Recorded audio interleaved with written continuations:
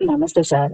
అసలుకు ఆహ్, అనుకోని రీతిలో ఒక నమ్మకము, ఒక ధైర్యం అనేది ఏర్పడింది సార్ నాకు. నేనేదైనా సాధిస్తాననేసేసి. ఈ లా ఆఫ్ అట్రాక్షన్ గురించి వీడియోలు చూసినప్పుడు గూడా సార్ అన్నీ చూసినాను. వీడియోలు ప్రతి ఒక్క వీడియో చూస్తా అన్నాను, చేస్తా అన్నాను గానీ దీంట్లో యూట్యూబ్‌లో.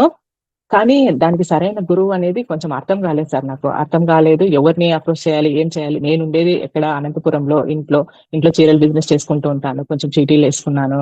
కొంచెం లాస్‌లో ఉన్నాను. అన్నీ తెలియజేస్తన్నారు గానీ కరెక్ట్ విధానం మాత్రం అస్సలు తెలిసేది కాదు సార్. నిజంగా అంటేనే తెలియలేదు.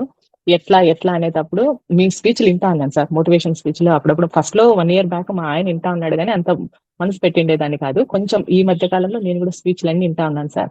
మీరు చెప్పిండేటివి అన్నీ. అట్లా నాకు నేను నమ్ముకున్న నా దేవుడు నన్ను కరుణించాడేమో అనుకుంటాను. మీరు మా కోసం ఫస్ట్ టైము ఆహ్, క్లాస్ కండక్ట్ చేస్తన్నారు. అది లా ఆఫ్ అట్రాక్షన్ గురించి.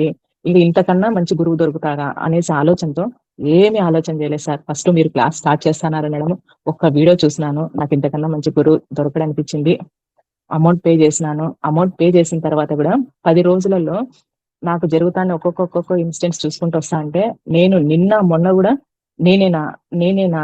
అని అనిపిస్తాంది సార్. అంటే ప్రతి ఒక్కటి క్షుణ్ణంగా తెలియజేసినారు సార్. దాని నుంచి ఒక ధైర్యం వచ్చింది. ఒక నమ్మకము వచ్చింది. నేను ముందుకు పోతాననేది గూడా అర్థమైంది సార్. వెరీ గుడ్ మా. సో, నేనింకా గూడా ముందుకు సెకండ్ క్లాస్, థర్డ్ క్లాస్ అని చెప్పలేను గానీ సార్, నేను మాత్రం మీతో మాత్రం జర్నీ కంటిన్యూ చేస్తాను సార్. Thank you sir. మనస్ఫూర్తిగా థాంక్ యూ సార్. ఆ డివైన్ పవర్‌కి మీ తరపున, నా తరపున గ్రేట్ థాంక్స్ నేను తెలియజేస్తున్నానమ్మా. మీ థాంక్ లైఫ్‌లో యూ గొప్ప సార్. బ్లెస్సింగ్స్ రావాలి. మిలియన్స్ ఆఫ్ మనీ మీ లైఫ్‌లోకి రావాలని మనస్ఫూర్తిగా కోరుకుంటున్నాను. Thank you sir. తదాస్తు. Thank you amen. Very much sir.